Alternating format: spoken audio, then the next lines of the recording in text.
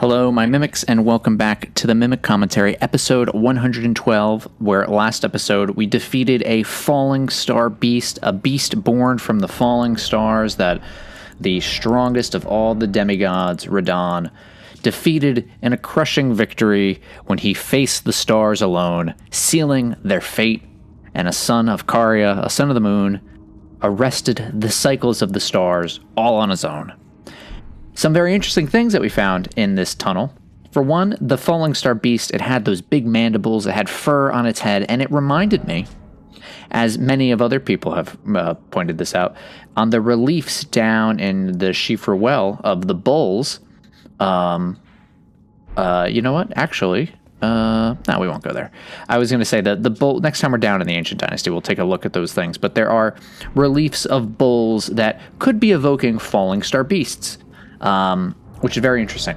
One thing I want to bring up, let's just equip this shield.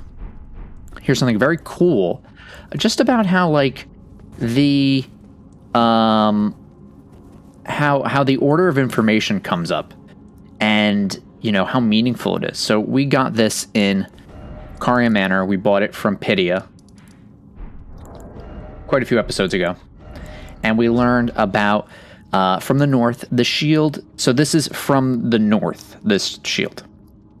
The shield depicts the polar star in rivets of gold. Okay, so the polar star is gold. If I throw down a glowstone, see the light in here is might be a little too tough to see. This is, okay, polar star, it's got 8 dots. This, we found the falling star beast. We know that these are also falling stars. So this is a golden meteorite.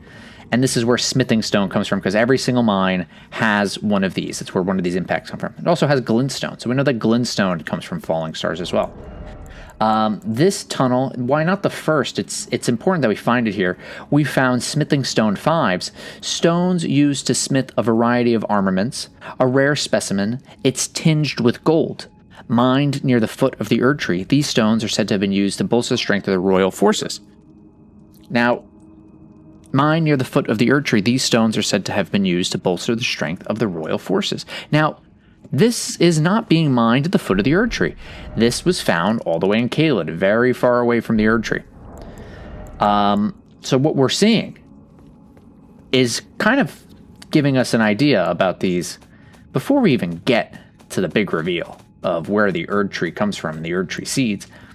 We have the Cerulean Seed Talisman. This is the Erdtree's once perfect and eternal. Thus it was believed Erdtree seeds could not exist. Well, where could Erdtree seeds come from? Well, our Graven Mass Talisman, the seeds of the stars, seeds of stars, is but another path of scientific inquiry. So we're already getting the idea that the seed of the Erdtree, whatever the center of the Erdtree is, whatever that seed of the Erdtree is, it came from a falling star.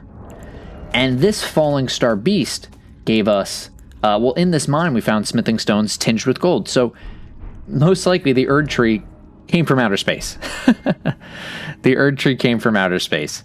At least the seed of the Erdtree came from outer space. It came from outer space because it's a falling star. And with that comes the gold. This gold is, it being tinged with gold too, is also the same as our runes, and the runes is the grace of the Erdtree. So runes, and the runes come from the Elden Ring. So I think we could just all tie that together. Well, the Elden Ring also probably comes from space. That's the Elden Ring may in fact be the seed of the Erdtree. We don't have to go too far to make that theorizing, even without the direct confirmation that we will get later in the series. But it's interesting that we find the gold tinged smithing stones that are mined near the foot of the Erdtree all the way out in Caelid, because where this falling star beast landed down here, it produced these smithing stones. We also got more somber smithing stones. So somber smithing stones came from him as well. I've been saying, well, maybe these are mimic stones, but now it's interesting that the large gold smithing stone drained of color. Could that mean this falling star beast was a mimic? Or does that mean that somber smithing stones also come from space? Well, that doesn't actually disprove that it could be a mimic, because silver tears, the cores of creatures of mimicry, also can come from space. Like, there's a lot of space stuff going on in Elden Ring with the Inquiry of the Stars and things of that nature. And the Queen of the Full Moon is who does silver tears. And silver tears is, I think, an Inca culture called the Tears of the Moon. The moon's light is called silver light. So, very possible. But we got a very new smithing stone.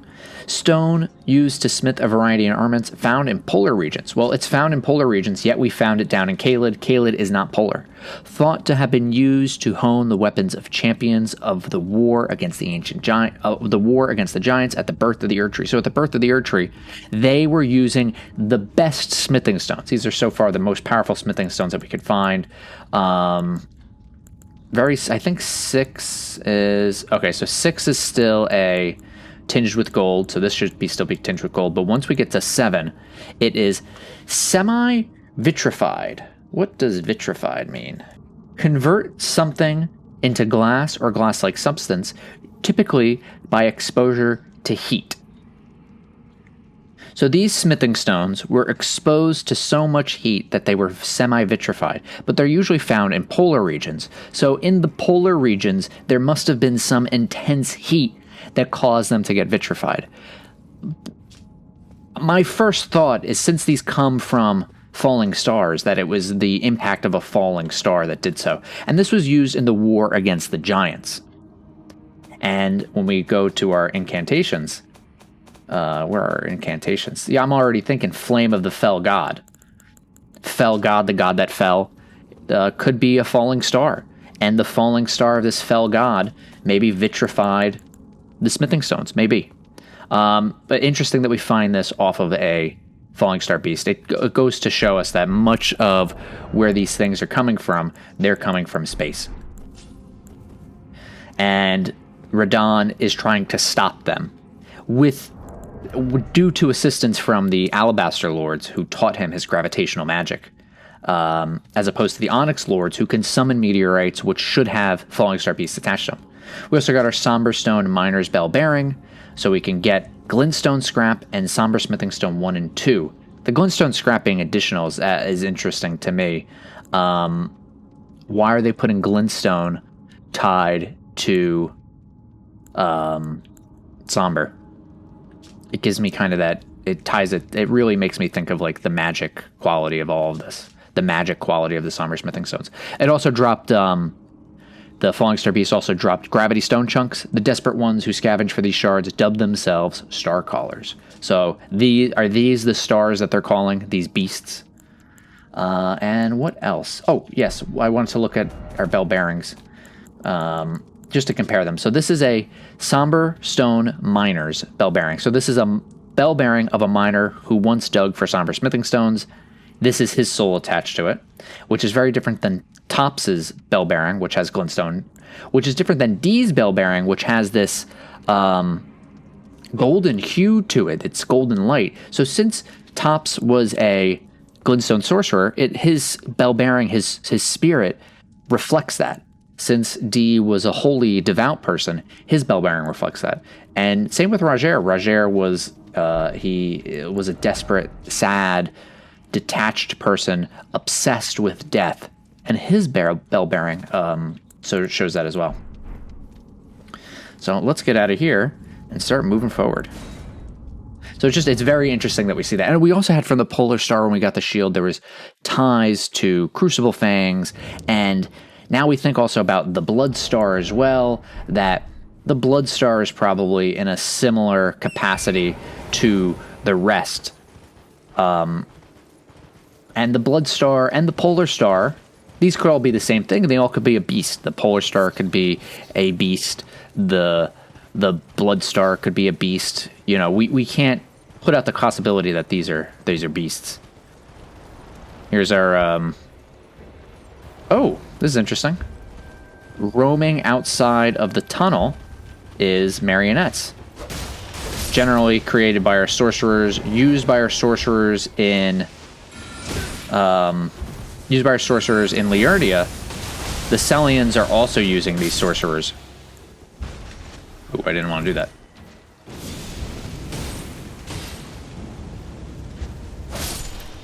Gonna let it hit me because we're gonna get a Sight of Grace.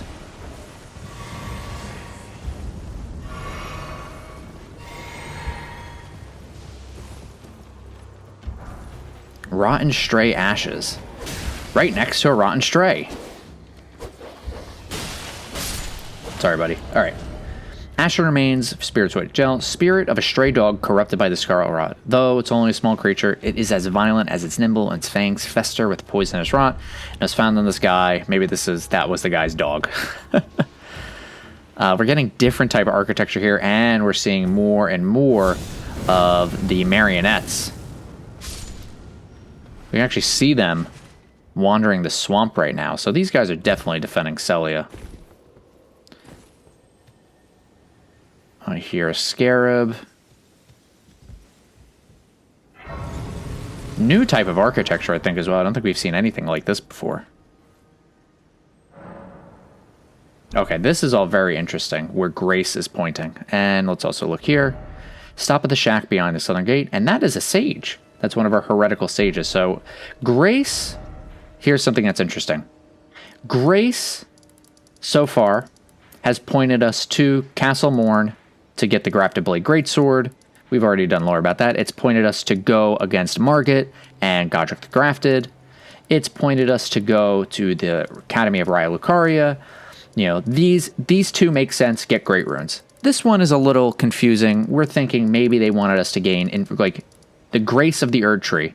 Remember, this is, as we were learned from Melina very early on, that the Golden Grace is from the Erdtree. The Golden Light of Grace is something that only few people can see. We're actually a very rare breed. Most Tarnished, I don't think any Tarnished, other than us confirmed right now, can see the guidance of Grace. And we're attaching Grace as being kind of what Marika wants. She is the one who is inside of the Erdtree. This is the Grace of the Erdtree. Marika had the power over the Erdtree. It's definitely not the fingers. It's not the Greater Will. The Greater Will has abandoned. Grace is most likely what Marika wants. So Marika wanted us to go to Castle Morn to see what's going on here. And we got our Grafted Blade Greatsword. We learned a lot about Sunrealm politics and Godfrey's politics. Then go get Great Runes. Then get another Great Rune. This one's go to Altus. This one's interesting. Go follow Ronnie. Go to Ronnie. We can't get her Great Rune. She doesn't have a Great Rune. But we essentially have to work with Ronnie. So Marika wants us to work with Ronnie. Now Grace has into Caelid. This is interesting. Grace is pointing us to go this way, up and around. Now, just from our prophetic knowledge, Radahn is here. This is where Radahn is. Radahn is not this way. So why does Grace want us to go this way? So there's something up here that Grace wants us to do. But we always do the opposite of what Grace wants. And I'm actually going to travel through the swamp. And we are going to go back to this site of Grace. And we're going to go follow down the road. Our goal is going to be... Oh, nice, a rune arc.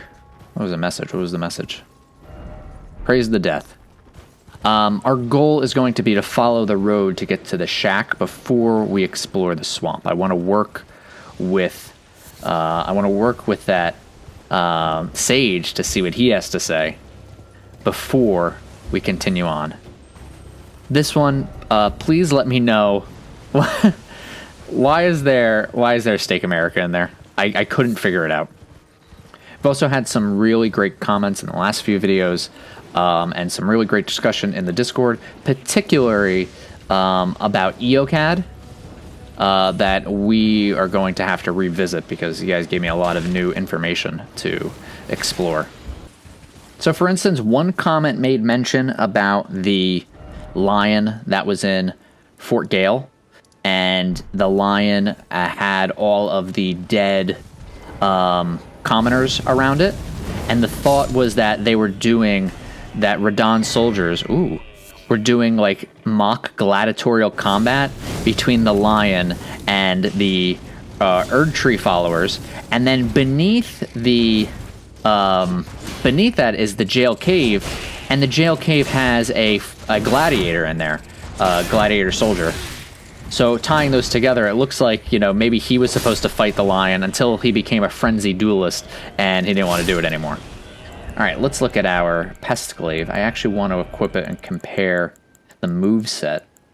Something I haven't been doing but should be doing is comparing the move set between weapons in similar classes to see if they have shared characteristics. So, for example, the Guardian Sword Spear has this really spectacular moveset to it. And this Pest Glaive doesn't. It's much more, I would say, brutish, where the Guardians are very dexterous quality to it. So let's look at what these pests have. This is called the Pest's Glaive. It looks similar to their bodies. It looks kind of like it's rotting or decaying at the end, or maybe... is that like some artisanal effect? It looks uniform in some way. How can we see this better? Yeah, that actually looks uniform. Oh yeah, it is. It's reflective. You can see there's some quality to the glaive that shows... how many dots is there? There's like one bar with 3 dots. Yeah, so very interesting. I'm not sure what this is trying to show us. What's the... and it's spinning slash. So let's look at it. Glaive made from a hard, sharpened shell, wielded by Pest, who emerged from the swamp of Aodia. Slightly increases non-physical damage negation. Oh my goodness, I can't speak. Well, they emerged from the swamp because it looks like with the rot, when you combine scarlet rot with the dead can be reborn into these pests. And then those pests become the flock at prayer, in firm belief in the intangible, inspiring even their solitary founder of their religion. They become essentially, I would say, the whole thing about them wearing masks, and since they're bugs, I'm going to say, based on something we're going to find later in some prophetic knowledge, these guys are essentially a hive mind. Very common in George R. R. Martin's writing. Though men might recognize the keen intellect of the pests, evidenced by this spear's uncanny design, it will never be understood by them. So we might be able to recognize that the pests are intelligent, but we can't understand that intelligence. And I think that goes to add to that hive mind theory, because we don't have hive minds. We have singular thought, just our own thoughts, not the thoughts of others, not shared thoughts. What is special about a hive mind is that shared knowledge, and also shared knowledge throughout time. A Song for Leah. Oh, good, 2 of them in a row. A Song for Leah is one of George R. R. Martin's books that delves into hive minds really well, where once they join into this hive mind, they feel so much love, and it's a billion and billion voices all together in unison. In A Song of Ice and Fire, it's kind of like throughout time too. It's minds melded together, but not just singularly, because once you're part of the hive mind, like, you lose your corporeal body, but your consciousness lives on as a unified force. That isn't something we can comprehend, because that's not how we think. That's not how we perceive the world. But that's kind of where I think it goes with that keen intellect. And the reason why that's important is because if we find rot pests in different places throughout the world that indicate different times, we're going to understand why that intellect is so keen, and how we can't understand it, because they are building off of information and experiences from a multitude of people, and from I guess from across time, I could say, which is going to be very interesting to see. It also gives us a perspective on their religion, because we were talking about how their religion is, it's kind of antithetical to the dancer religion, to the dancer's perspective of flowing water. Like, they want rot. So there's 2 antithetical forces. Like, if you think like God worshippers and devil worshippers, but this one is one that's worshiping rot and Melania possibly harboring rot and wanting to become a goddess of rot. That's their whole thing. Whereas the opposite end is fighting against rot, fighting against stagnation, always to keep moving, always to keep changing, to never have to, not, being nomadic, never staying in one place, to satisfy those conditions. Beautiful shot of Limgrave. We can actually see the well from here. And it makes me think about... Oh, let's pick up our Starlight Shard. Maybe those Celians dropped them nearby. It kind of makes me think about, it's not... I don't think it's the idea of, needing to reinvent yourself or always do something new, but always, do not get stuck doing the same thing and the same routine. Try something new. Try something out of your comfort zone. Because you might find joy, and you might find satisfaction, you might find something new. And if you don't, that's okay. You only just tried it. Any Arteria leaves here? That's kind of how it is for me doing jiu-jitsu. Trying something new. All right, Grace. This is the Caelid Highway South. Grace. Now Grace wants us to do two things. Grace wants us to go into Celia to figure that stuff out. But Grace also wants to go to Radon. Is there anything over here before we go towards that dragon? We're seeing really a lot of... look at how these buds, they remind me of like rosebuds, but never fully forming. Let's see if there's anything up here. Yeah, there's some mushroom men up here.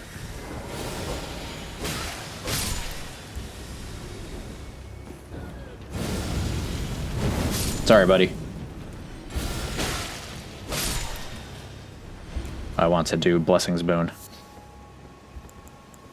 Alright, cool. We're going to get a nice item up there, and we'll be able to look around our surroundings. Yeah, there's the gate, I think. That's what the Sage wants us to do. I used to, so my old favorite hip-hop artist when I was a teenager was Sage Francis. So I would name all of my account names Sage, and I was mimicking him, and pretending I had some extraordinary wisdom as a teenager when obviously I didn't. But I have one of my friends who still calls me Sage, as he was we became friends when we worked at the same place together, and I was in college and he was in high school, so I passed down my wisdom to him, whatever wisdom I could have had.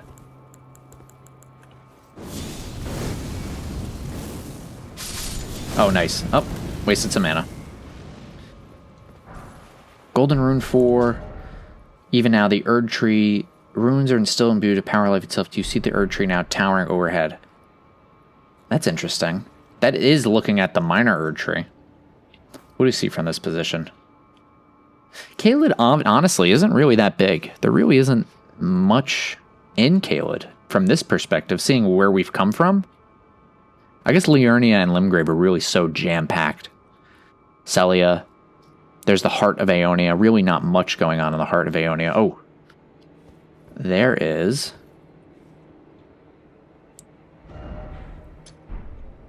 Okay, I'm going to have to try and get that. We're going to do... Ooh. So much we could do. Ooh. Gosh. There's a Knight. Titan. Yeah, what I want to do is go around. But first, let's go get that Scarab. Oh, no. Oh, I hope the fall doesn't kill me. Goodness gracious. There we go. All right. Poison Mist. Not very exciting. The memory of someone who's using Poison Mist in the swamp. He's much bigger than any of the other dragons that we found so far, indicating that they can have a size difference. Oh, did I? I got Blessing Spoon. He's rotted. It looks like maybe his eyes are disappearing. It looks like he's taking on the rot, though. Decaying Ekzykes. Oh, he is very strong. And every attack does Scarlet Rot. Alright, how does Mimic Fireball do against him? Alright, that's good damage.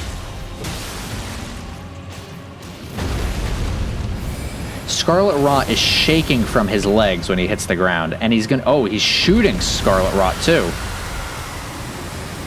Oh no. Oh, goodness. Okay. Alright, he's... he's much stronger than he looks. Oh, that's... Oh, no, I lost an entire level, too. Oh, goodness. Alright, this guy is like my lore gatekeeper. I think this also really goes to confirm that this is a very... Maybe at least not Sunrealm area, but a heavily dominated dragon area. The dragons that came from... That we fought in, like, Liurnia and Limgrave most likely came from this region of the world. Especially the dragon that Godric used to graft. Yeah, Oleg's the guy. Oleg is the guy. This is like his bread and butter. This is like what he's supposed to do. We want to eat this guy's dragon heart. Actually, we already know much about the Dragon Communion because the Banished Knights do Dragon Communion. We found the Drake Blood Seal. This is preparing us for the church ahead. We found the Drake Blood Seal within the Fringe Folk's Hero's Grave, and so that tells us that the Banished Knights, that they... Oh, goodness. I'm going to keep... No, we're going to get it. I'm going to figure it out. The Banished Knights are Dragon Communioners, which makes sense to why they allied with Godric. Godric, essentially doing a mock Dragon Communion with putting that dragon... with grafting the dragon to his arm. Yeah, I don't know if we've really even talked about the implications of all that, like this culture that he's trying to adapt to, that it's the Banished Knights doing it. So since it's the Banished Knights that are doing Dragon Communion, and it's the capital that has the ancient dragon cult, which doesn't seem connected to Dragon Communion, though they all seem to be influenced by ancient dragons in one way or another. It looks like the older culture, the Banished Knight culture, this Sunrealm culture, is more about the consumption of dragons to gain the power of dragons, which is ruinous. It's tied to hate and fury from Uria. Oh, goodness. The capital's worship of ancient dragons doesn't seem to be tied to that same type of emotional resonance that the Banished Knights and Communioners are facing. Oh, that also makes sense for why we're seeing so much Land of Reed stuff. Gosh, I'm missing all my fireballs.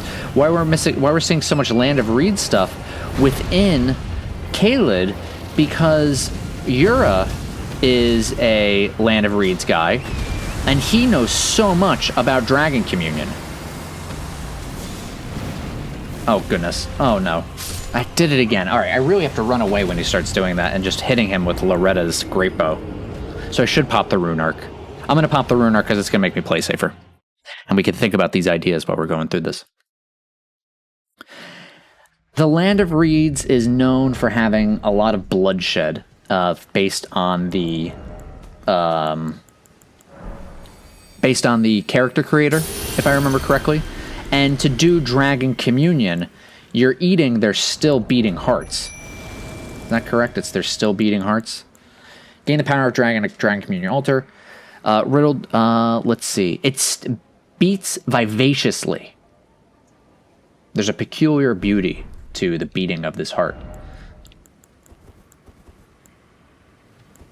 So the heart is still beating. And that would tie to why we're seeing so much Land of Reed stuff here, because all of the katanas do blood loss. So this fascination with blood.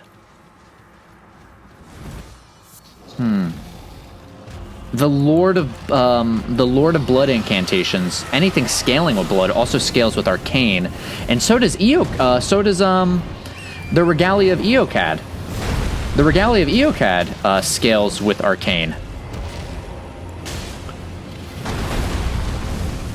So the blood of dragons has an arcane effect to it, and the Lord of Blood, which is tied to also horns and tied to Omen, The festering fingers have... Oh, goodness. Okay, we survived. The festering fingers, the festering blade fingers have horns on them, tied to the crucible. So these dragons... Oh, goodness. These dragons should also have crucible as well. So, are these... Is the hearts of dragons tied to the blood star in any way, and that arcane blood? Decaying Ekzykes has killed me so many times that I've decided to swear an oath of vengeance upon him. We're going greatsword, baby. We're going grafted greatsword. No more fooling around.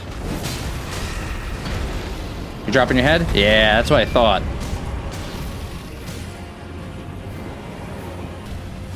Yeah.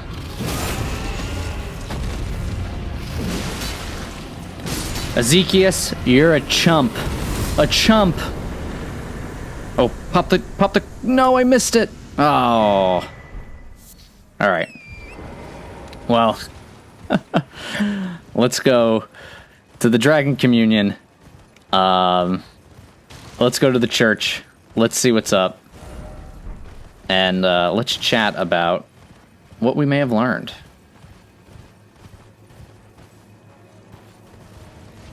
Oh, you scared the crap out of me.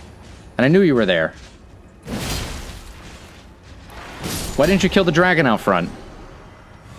What were you waiting for? Ancient Dragon's Apostles Cookbook. I had to use my Revenger's weapon to get revenge on Ekzykes, to show him who was the boss. Maybe it was very thematic for what we're doing here. Now I have his heart.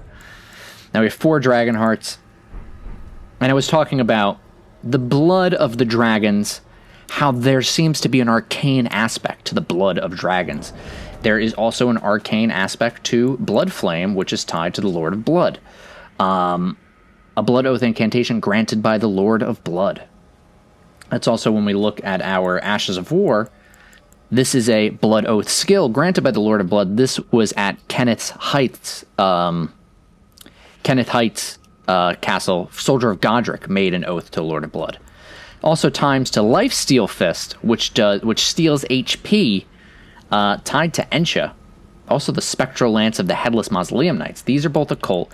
This is blood. If we look at our weapons, if we do a Ash of War, let's go on the dagger. So right now, if we change it to blood, it gets that arcane scaling.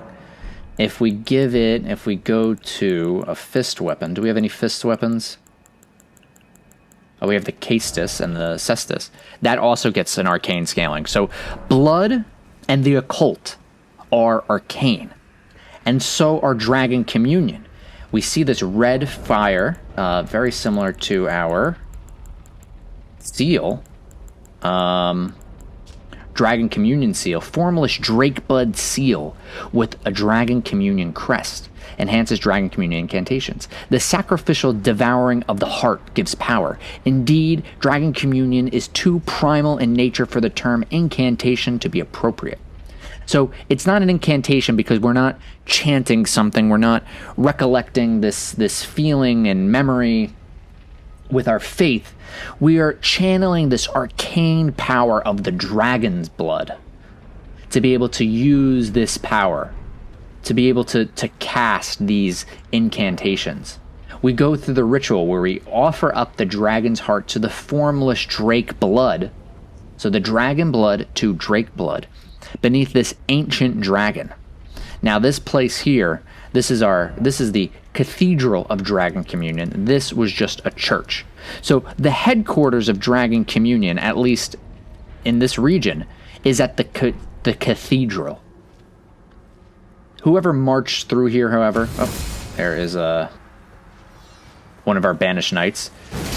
Oh, actually, let's see if he'll do the spell. I should let him do it. There it is.